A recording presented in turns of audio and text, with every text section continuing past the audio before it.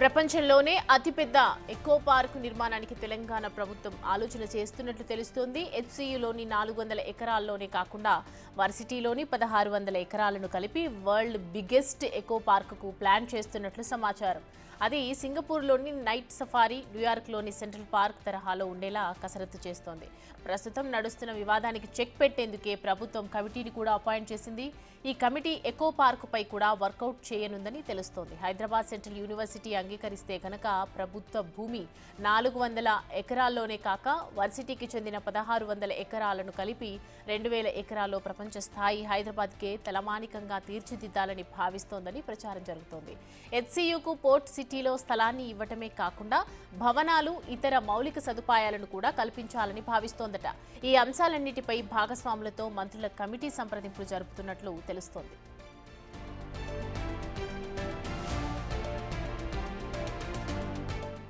ఈ అంశానికి సంబంధించి పూర్తి డీటెయిల్స్ అందించడానికి మా ప్రతినిధి వాసు జాయిన్ అవుతున్నారు.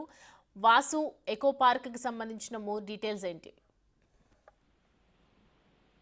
ప్రస్తుతం ఏదైతే 400 ఎకరాల ప్రభుత్వ భూమికి సంబంధించి హెచ్సియు ఆందోళన జరుగుతుందో దీనికి సంబంధించి ప్రభుత్వం ఒక నూతన ఆలోచనకు తెరలేపింది. హైదరాబాద్ కే తలమానికంగా ఒక అద్భుత నిర్మాణాన్ని చేపట్టాలని కూడా ప్రభుత్వం భావిస్తుంది.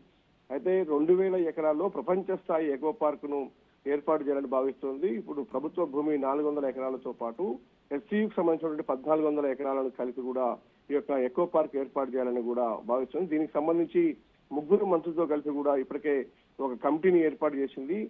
ఎవరైతే ఈ భాగస్వాములు ఉన్నారో హెచ్సియుకి సంబంధించి వాళ్ళతో కూడా చర్చలు జరిపి రేపు జరగబోయేటువంటి యొక్క ఎకో పార్క్ సంబంధించినటువంటి వివరాలన్నీ కూడా వాళ్ళతో చర్చించి అవసరమైతే వాళ్ళకి సంబంధించినటువంటి బిల్డింగ్లు, ఇతర అవసరాలకు సంబంధించి ఫోర్ట్ సిటీలో కూడా భూములు కల్పిస్తాం, అద్భుతమైన బిల్డింగ్లు కట్టిస్తామన్న అంశాన్ని కూడా తెరపైకి తీసుకురాబోతుంది. అయితే ప్రధానంగా ఈ ఎకో పార్క్ సంబంధించి కూడా సింగపూర్ నైట్ సఫారీతో పాటు న్యూయార్క్ లో ఉన్నటువంటి సెంట్రల్ పార్క్ తరహాలో కూడా ప్రపంచానికి సంబంధించినటువంటి ప్రపంచ స్థాయి ఎకో పార్క్ ను ఏర్పాటు చేసేందుకు ప్రభుత్వం సిద్ధమవుతోంది. ఇది హైదరాబాద్ కు తలమానికంగా మారే అవకాశం కూడా ఉందని అయితే ప్రస్తుతం ప్రభుత్వం భావిస్తోంది. దీనికి సంబంధించి ఇప్పటికే ముగ్గురు మంత్రులతో కలిపి కూడా అధ్యయన కమిటీని ఏర్పాటు చేసింది. ఇందులో ఉప ముఖ్యమంత్రి బట్టి విక్రమార్కతో పాటు ఐటీ శాఖ మంత్రి శ్రీధర్ బాబు, రెవెన్యూ శాఖ మంత్రి పొంగులేటి శ్రీనివాసరెడ్డి కూడా ఉంటారు. అయితే హెచ్సియు ఎగ్జిక్యూటివ్ కమిటీతో పాటు ప్రజా సంఘాల జాయింట్ యాక్షన్ కమిటీ, విద్యార్థి సంఘాల ప్రతినిధులతో కూడా వీళ్ళు చర్చలు జరపనున్నారు.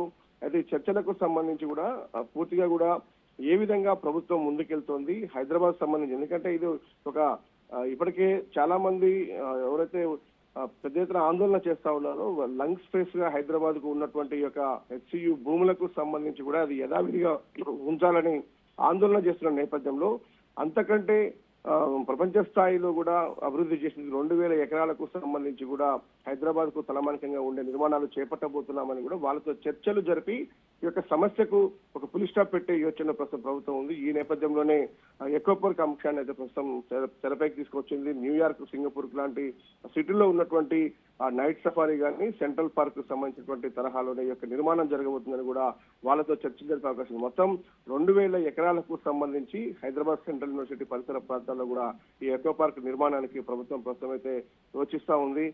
పూర్తిగా వీళ్ళకి సంబంధించినటువంటి 2000 ఎకరాల్లో ప్రపంచ స్థాయి ఎకో పార్క్ నిర్మాణంతో పాటు ఫోర్ట్ సిటీలో వీళ్ళకు స్థలాన్ని ఇవ్వడమే కాకుండా భవనాలు, ఇతర మౌలిక సదుపాయాలను కూడా కల్పించాలని భావిస్తుంది ప్రభుత్వం. ఈ అంశాలన్నింటిపై ఈ భాగస్వాములు ఎవరైతే ఉన్నారో వాళ్ళతో ఈ మంత్రుల కమిటీ సంప్రదింపులు జరుపుతున్నట్టుగా తెలుస్తా ఉంది. Right Vasu, thanks for the updates.